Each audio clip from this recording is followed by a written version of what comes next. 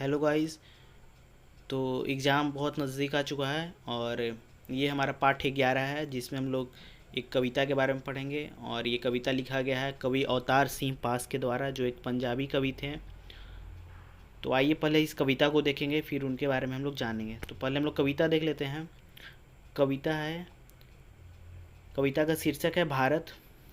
कविता के बोल हैं: मेरे सम्मान का सबसे महान शब्द जहाँ कहीं भी प्रयोग किया जाए बाकी सभी शब्द अर्थहीन हो जाते हैं। इस शब्द के अर्थ खेतों के उन बेटों में है जो आज भी वृक्षों की परछाइयों से वक्त मापते हैं। उनके पास सिवाय पेट के कोई समस्या नहीं और वह भूख लगने पर अपने अंग भी चबा सकते हैं। उनके लिए ज़िंदगी एक परंपरा है और मौत के अर्थ मुक्ति।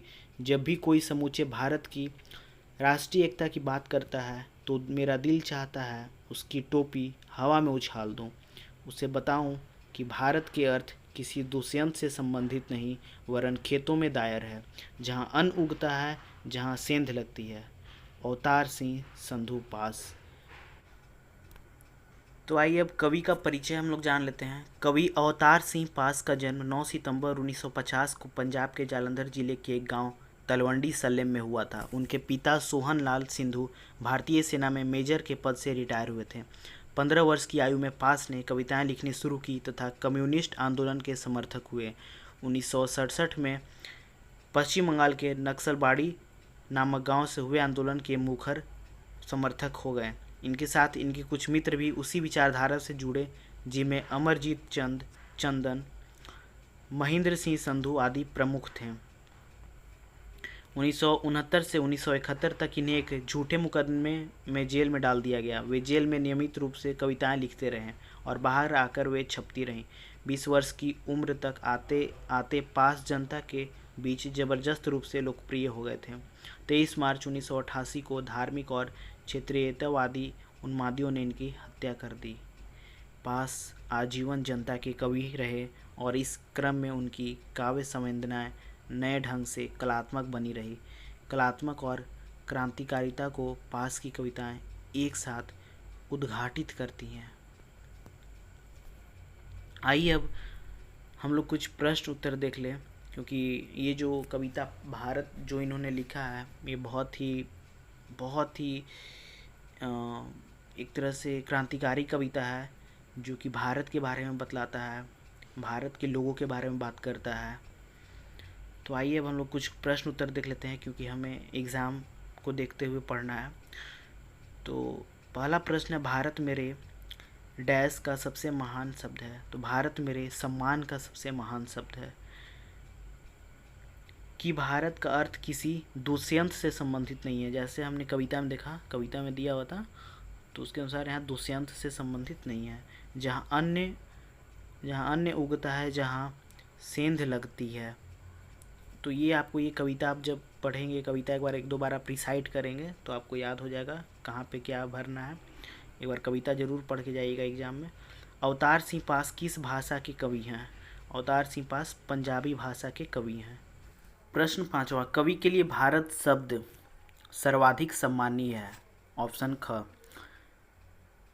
प्रश्न छठा, इस कविता में भारत शब्द के अर्थ को किससे जोड़ा गया है? ऑप्शन ग, मेहनत कश गरीब जनता से। नेक्स्ट क्वेश्चन, कवि इससे मानने से इनकार करता है। ग, राष्ट्रीय एकता। क्वेश्चन 8, इस कविता में भारत का संबंध किससे नहीं माना गया है? राजा दुष्यंत की कहानी से नहीं माना गया है। और ये हम लोग कविता में भी जब पढ़ रहे थे तो उसमें भी आया था राजा दुष्यंत के बारे में। फसलों में सेंध लगना का क्या अर्थ है? श्रम के फल की लूट। तो फसलों में सेंध लगना का अर्थ है श्रम के फल की लूट। क्वेश्चन नंबर 10, भारत कविता मूलतः भाषा में लिखी गई है। बांग्ला होगा, लेकिन ये जो कवि अवतार सिंह थे ये तो पंजाबी थे, तो ये एक बार देख लीजिएगा आप लोग कि बांग्ला है या पंजाबी। बांग्ला ही होना चाहिए, क्योंकि यहाँ आंसर बांग्ला ही दिया है। 11 में, पास की कविताओं का सौंदर्य बोध निर्मित हुआ है। उसकी संवेदनशीलता से, उसकी प्रखरता से, कवि के आत्मविश्वास से, उपर्युक्त सभी। तो यहाँ सारा ऑप्शन सही है, इसलिए घ होगा।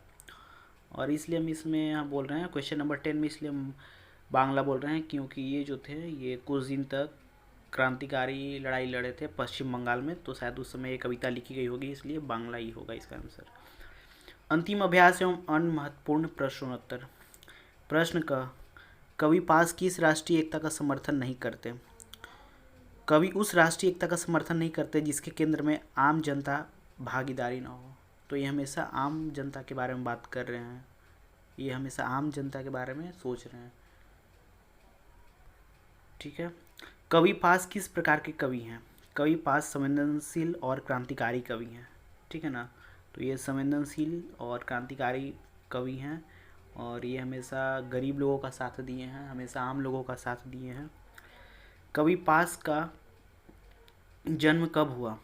9 सितंबर 1950 को पंजाब के जालंधर जिले के एक गांव तलवंडी सलेम में कवि पास का जन्म हुआ था। चौथा प्रश्न, कवि पास भारत शब्द को कैसा समझते हैं? कवि पास के लिए भारत एक सम्मानीय और महत्वपूर्ण शब्द है। प्रश्न 5, कवि राष्ट्रीय एकता की बात को बेमानी क्यों मानता है? कवि भारत शब्द को अत्यधिक सम्मान देते हुए उसकी परिभाषा के केंद्र में इस देश के सबसे निचले तबके को रखता है, मतलब आम जन को रखता है। इस क्रम में वह आगे कहता है, समूचे भारत की राष्ट्रीय एकता इस देश के गरीबों, किसानों, मजदूरों, दलितों और बेरोजगारों को छोड़कर संभव नहीं। कवि के लिए एक बड़े जन समुदाय की मेहनत की उपज को हड़प कर राष्ट्रीय एकता की बात करना बेईमानी है। वह उस हर आदमी की टोपी को हवा में उछाल देने की बात करता है जो गैर बराबरी को छुपाना चाहता हो। इस कड़वे यथार्थ पर राष्ट्रीय एकता की सुंदर दिखने वाली चादर डालना चाहता है। यहाँ वह उन राजनीतिक नेताओं की तीव्र आलोचना करता है जो गरीब असहायों को अलग कर किसी राष्ट्र, राष्ट्रीय एकता, राष्ट्रीय विकास आदि का भ्रम जाल फैलाते हैं। टोपी को हवा में उछाल देना इसी भ्रम जाल को समाप्त करने, इसकी असलियत बताने के लिए प्रयोग में लाया गया है। इस राष्ट्रीय एकता को लेकर कवि की असहमति का आधार उसका वर्गीय दृष्टिकोण है। अपने इसी दृष्टिकोण के चलते वह देश के भीतर के उन दो हिस्सों का पहचान पाता है जिनमें से एक रात दिन मेहनत करने के बावजूद विपन्नता और भूखमरी का शिकार है और दूसरा बिना मेहनत के सारे संसाधनों का मालिक बना बैठा है। इतने बड़े अंतर के चलते कवि को स्वाभाविक तौर पर लगता है कि राष्ट्रीय एकता संभव नहीं। अवतार सिंह पास आगे भारत नाम के पीछे उस मिथक से अपनी असहमति जताते हुए जिसके अनुसार राजा दुष्यंत और शकुंतला के वीर पुत्र भरत के नाम पर इस देश का नाम भारत पड़ा। कवि भारत शब्द को किसी मिथकी अथवा राजसी पात्र से जोड़ने के खिलाफ है। वह इसे ठोस धरातल पर अपने समय और समाज की क्रूर सच्चाइयों से जोड़कर देखने की घोषणा करते हैं। तो देख सकते हैं कि जो अवतार सिंह हैं वो कितने प्रैक्टिकल थॉट रखते हैं, मतलब कि वो गरीब तबके के बारे में सोच रहे हैं और वो नेताओं के झूठे भ्रम जाल में फंसने के लिए नहीं बोल रहे हैं। वो कह रहे हैं कि तर्क संगत बनो। ये इनका जो भी अभी तक हमने देखा वो एक तर्कशील है, हर एक चीज़ पे तर्क। जैसे हम कैसे कह देंगे कि ये दुष्यंत के बेटे और शकुंतला के बेटे के नाम पे भारत देश का नाम भारत पड़ा, ये उनका देश है, ये उनके।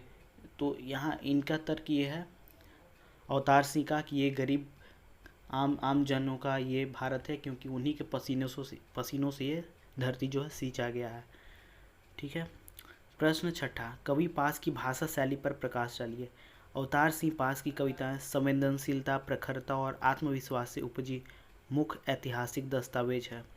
पास की कविताओं की यह ताकत है जो अनुवाद में भी अपना विशेष असर रखती है।